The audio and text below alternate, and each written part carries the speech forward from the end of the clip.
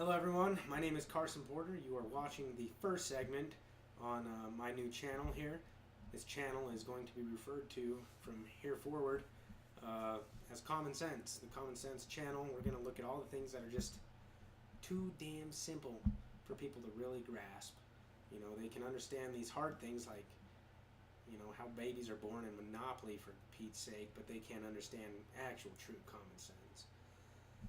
This little bit here, it's titled Credibility because I want to show you my credibility and maybe expose everyone else's credibility a little bit too. Just make you think a little bit. So, some of my roots, some of my history here. I graduated from high school. After high school, I left and I worked for several years and didn't go to college. I did several AP courses, concurrent enrollment, and got quite a bit of college done in high school. I then did attend college at Southern Utah University. I was an economics major. You know, I did learn a few things in there before I dropped out. Yes, I am a college dropout, so sue me. But here's where I want to make my point. As I sat in these economics classes, you know, listening to my professor as, you know, just sound, and as well as he understood the laws of economics, he did not understand the laws of, I guess, credibility.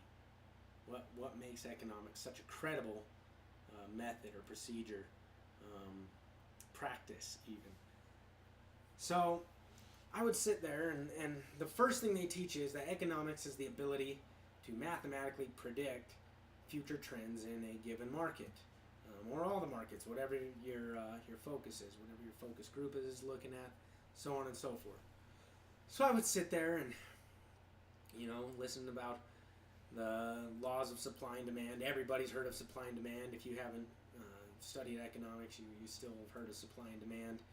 They're two separate curves, two separate laws and principles upon which market prices and behaviors will change.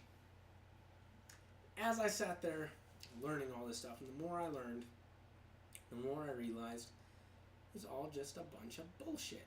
Class A bullshit. Let's look at it. The laws of economics teach you that, okay, let's take the law of supply, a supply curve, or actually first let's take a demand curve. That'll make it a little easier. The laws of demand state that as demand increases, so will price. As demand decreases, so will price.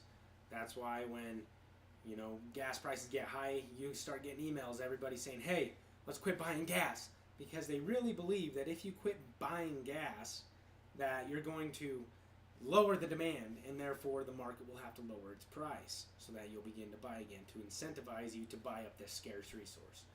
Unfortunately, that's not really how it works, because businesses operate differently. Businesses, for the most part, as I have learned through owning my own small business, operate more along the lines of the supply curve. The supply curve is opposite. The supply curve states that as demand, decreases, it becomes a more scarce resource. A more scarce resource is now worth more money, and so price goes up. There's more to it than that, but that's really basic, really simple.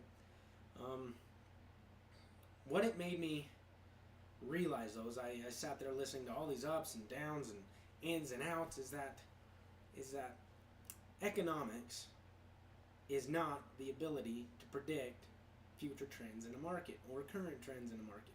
It is the ability to mathematically create trends in a market or create explanations for trends in a market. You can look as hard as you want to find an answer, and you'll find the answer to whatever you want.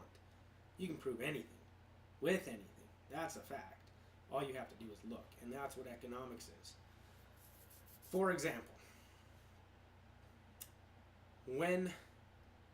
let's go back to gas again, okay? As a gas company, I realize that, income in a household goes up and down. It's never really steady. Budgets are the same way, and you depend on that. You really depend on that as a business owner, because you have your slow times, your lulls, and then it speeds up and bam, you make money, okay? So now we want to create that bam moment more often, because if the market used to be, up and bam, back down, and up and bam, back down. Now you want to create a bam, bam, bam, bam. You just want to hit it. But you don't want to lower your level of hitting it, you just want to hit it. Okay? Here's how you do that. In the gas market, for example, we jack our prices up. People still have to buy gas, they still have to get to work, everybody's on an empty tank. Well, shit, now we have to pay 50 cents more per gallon so that we can get to work this week. So for the next month, everybody's just really hating it. Then the market starts to slow down, and these companies turn around and make you think that you're actually having an effect by not burning as much gas because they lower the prices. And the minute they drop that price, 20 cents, everybody floods to the gas station, fills up their tank, their sister's tank, their dog's tank, all their jerry cans, so on and so forth. Why? Because they want to capitalize on the low gas prices, which are still 30 cents over what they were before. So now these oil companies have had a huge bam moment. Now they're actually going to collect extra on the residual, because the next day they're going to go ahead and mark their price back up. And they're going to collect on the ensuing rush of cash brought in by the healthy spending habits of a healthy economy. So I guess the point is economics isn't used to predict these things. It's used to create these things. I don't know about you, but I have never hired an economist and paid him for it. But large corporations do. My point behind all this is that we live in a land of make-believe. We really do. We're told one thing just to hide us from another. So why do I bring this up, you might ask? I'm just a college dropout, not doing anything with my life. What credibility do I have? The point I want to make is, what credibility does the economist have? Are his principles really true?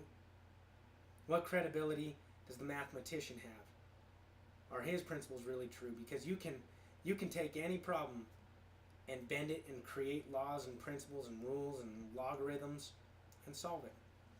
Is a theologist, is he really right? Can we believe him? Is he credible?